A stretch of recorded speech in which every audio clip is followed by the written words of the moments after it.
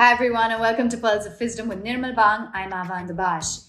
Now the auto sector has been in the spotlight of late. There's been robust demand for two-wheelers as well as passenger vehicles, but the business environment has been a bit challenging.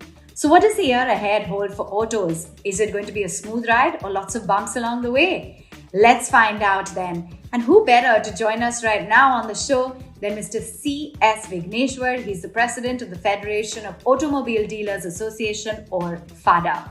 Thank you so much for joining in. So let's begin by talking about the auto retail sales, a 9% year-on-year growth. There's been strong demand despite a challenging business environment. Do you see this continuing? You are right about that. The kind of challenges which have been thrown up in the last year has been quite varied. But each time the OEM and the dealers and the complete industry have come together to take on these challenges. Most of these challenges have been met and successfully, but there are certain aspects where we could have done better. The 9% growth of the industry is quite good given the challenges which have gone through a prolonged election. We had weather incidences everywhere in terms of drought and floods, which have again kept the demand a little bit tepid. We also had really hot summers where customers tended to stay away from showrooms and to defer their buying decisions. But however, the green shoots have been the fact that the three-wheel industry has been growing at a double digit. The car industry, which is the passenger vehicle industry, also had a 5% growth. We also had a good growth from the two-wheeler industry. After a long time, nearly 2 years of tepid growth in the two-wheeler industry changed last year. 10.77% growth actually led to more or less reaching highest record, which was achieved in the year 2018 with 1.91 crore two-wheelers sold.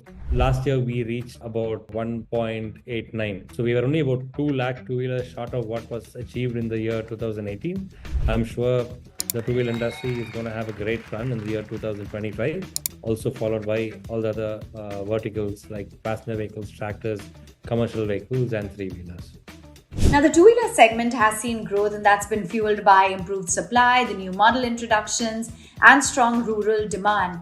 What about the competition from EVs persisting? Is that a concern? Honestly, as a dealer, I really don't care whether it's going to be an ICE engine sold or an EV sold in the two-wheeler segment. It's anyway going to be sold by us, and we're quite happy selling giving the choices to the customers and let the customer decide.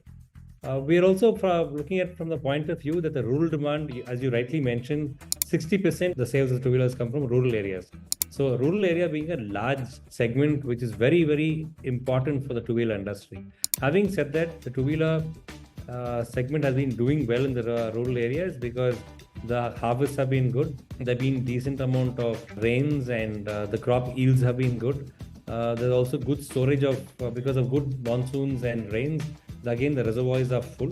So even for the next quarter, in terms of water availability for irrigation and farming, it is looking good. So from all these perspectives, I think the two-wheeler industry is bound to do well. We're also looking at a strange aspect here would be the premiumization of two-wheelers is also happening in the rural areas because premium two-wheelers and urban areas were always interlinked. But now we are seeing that even in rural areas, premium two-wheelers are in demand for and are being asked for. And what about tractor sales? Because that has grown a little bit flat. Will that continue? Question 2.5% is the growth rate which we achieved in the year 2024 over 2023 in the complete calendar year for the year 2024. But in the month of December, we've seen a 25% growth versus 2023 December. This augurs well because this talks about great harvest and the farmers are also going in and buying tractors for this. The moment they start buying tractors, it also means there's a lot of economic activity which is happening or which is yet to happen. So these are good indicators that the rural economy is doing well. Yes, the minimum support prices which the government has increased for certain crops, the kharif crops, also has helped in demand in India being strong. Going ahead, how are you looking at the introduction of new models, the stabilization of the EV market really bolstering growth in the two-wheeler segment, which has been a bit sluggish of late? The two-wheeler segment has actually been doing well. In 2022-23, probably it went through a bit of a kind of an issue, but in the 2024, I think it's a great growth. we're not looking at anything short of 12 to 13% growth in 2024. Again, we are sitting on the 7th of January. The whole year is yet 360 60 days are yet ahead of us. But from here, as we can see, the two-wheeler industry does not have too many headwinds. There are certain credit issues which are available, which are actually there in both rural and urban areas. As long as that is sorted out, I think it's going to be a good run. The availability of new models, the introduction of new models, the introduction of new alternative fuel models. One could be EVs. A CNG model also was introduced by one of the OEMs and has been doing really well. And I've heard that other OEMs also are going to follow up on such CNG models. Such alternative fuels give an extra option for the customer and also an extra reason to buy. It's looking strong. Now, what about the delayed government funding facing bottlenecks? Is that going to hamper prospects for the CV sector? You've mentioned both factors which I was about to mention, because these two seem to be an impediment. The government spending in terms of large infrastructure projects are yet to take place. But whatever I've heard from my competitors and from the market, they said that the ink is yet to dry, because it's just been a lot of deals have been signed. This usually is a prelude to a lot of buying, especially fleet buying by large fleet operators and infrastructure company operators. Moment these bulk deals start happening, the economic activity picks up, and the trickle-down effect from CVs also start coming down to passenger vehicles and also to two-wheelers. So we are all eagerly waiting for the CV industry to pick up, because it's like a benchmark or a barometer by which the rest of the industries also are measured. So we are hoping that government spending happens quickly and also happens in large quantities, because this would really help the automobile sector start running again. Right. We've seen many companies as well announce price hikes in the PV segment. Does this hamper demand? It's quite natural for PVs or any car company or any product to increase prices, because the cost of raw materials keep going up. There's an inflationary pressure. Whilst I understand it, but this time I hope that we had commented earlier on that OEMs could delay this decision because of the current availability of vehicles at dealer parking lots. But even this can be managed, because there are 2024 models and 2025 models. 2025 models will carry hardly any offers, but 2024 models would have to be given good offers to push these vehicles out, because we still have large amount of stock available at dealerships. It is not as bad as it was, say, 4 months ago. There's been a steady decrease in stock, but this decrease is not fast enough. We still have enough stock in our parking lots, but with a given pace, this might not be an issue after 3 months, as long as OEMs also take cognizance that the wholesale of vehicles need to be reduced, at the same time increasing retails by bringing in schemes and different processes by which we can convince the customer to come and pick up their vehicle. And what about the sluggish infrastructure activities for CVs? As we talked before, the infrastructure spending is going to come because it can't be away forever.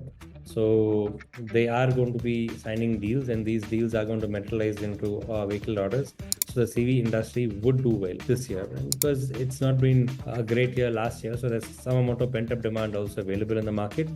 On top of this, we also have the passenger vehicle segment, which is going to have a lot of launches. A lot of excitement is going to happen in the Bharat Mobility event, where a lot of impetus and a lot of excitement would lead to buying decisions by the customers.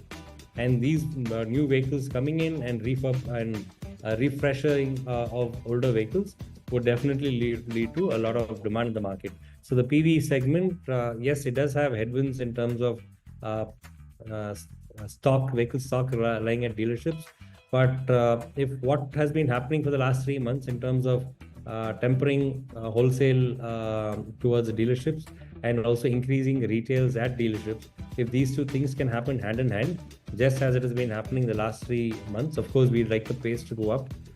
We could be rid of the inventory woes in the next 2 to 3 months. And finally, BMWs, Audis, who's buying what luxury car, and how is demand shaping up? The luxury car segment has been doing quite well by itself. I think it's been quite immune to certain things in the market.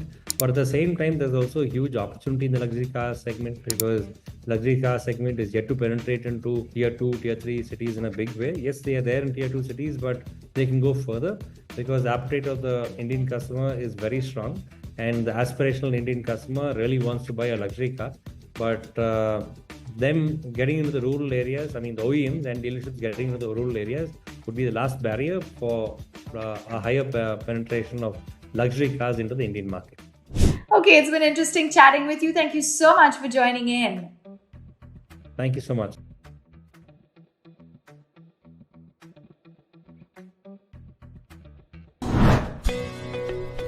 Subscribe to our YouTube channel and click on the bell icon to never miss an update from Nirmal Bang.